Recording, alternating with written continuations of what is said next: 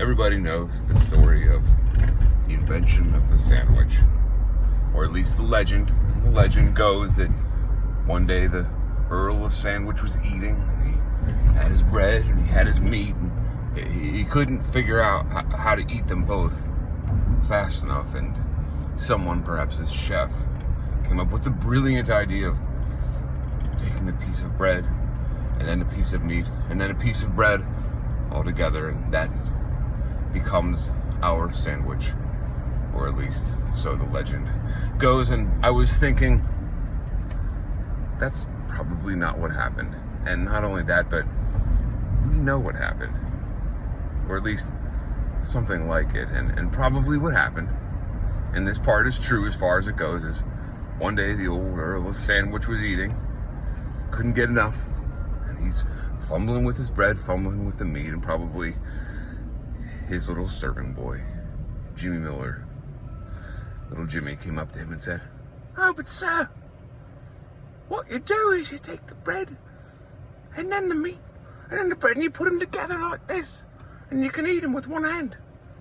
My old mum makes them like that. She calls it a Muggywumpus." And the old Earl of Sandwich said, "A Muggywumpus, eh? Well, perhaps I'll try this Muggywumpus of yours, little John Miller." He probably did. He probably enjoyed it. He was able to eat with one hand while reading the latest gossip. And probably when he was done eating, he said, "Why, John, that was a revelation. Absolute astonishing creation of your mother's. This, what do you call it? Muggywumpus, sir." "This Muggywumpus, yes. Why, I'd like to meet this mother of yours." "But you do know her, sir. You have met her. She's been your governess all these years. That's my mother."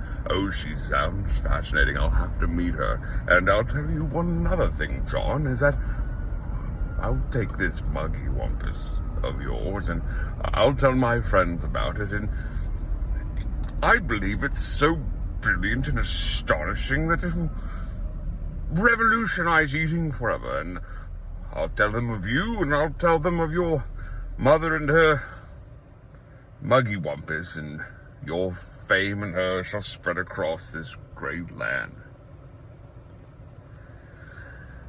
And we also know what happened after that, which, fast forward 75 years later, to the Earl of Sandwich presents the Sandwich Festival, brought to you by the Earl of Sandwich. And it was a wonderful multi-day festival on the grounds of the estate of the Earl of Sandwich. And everybody knew to avoid old Jimmy Miller, the old drunk at these things.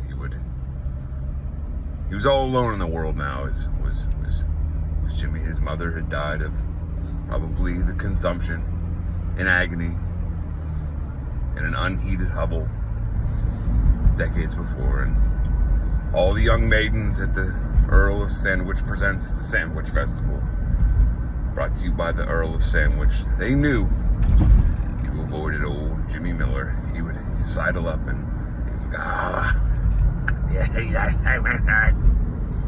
my old mum invented that. Only she called it a Muggywumpus. And he stole it. And now he calls it a sandwich. But it was a Muggywumpus fast."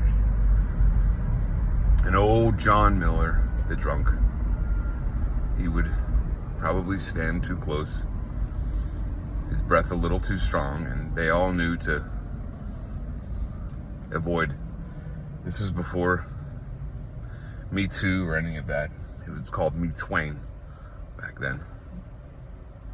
But if you think about it, that's really the way it should have gone, right? The Earl of Sandwich, he wasn't a duke. He could use the break. And what about old Jimmy Miller, the crazy drunk? He didn't need it either.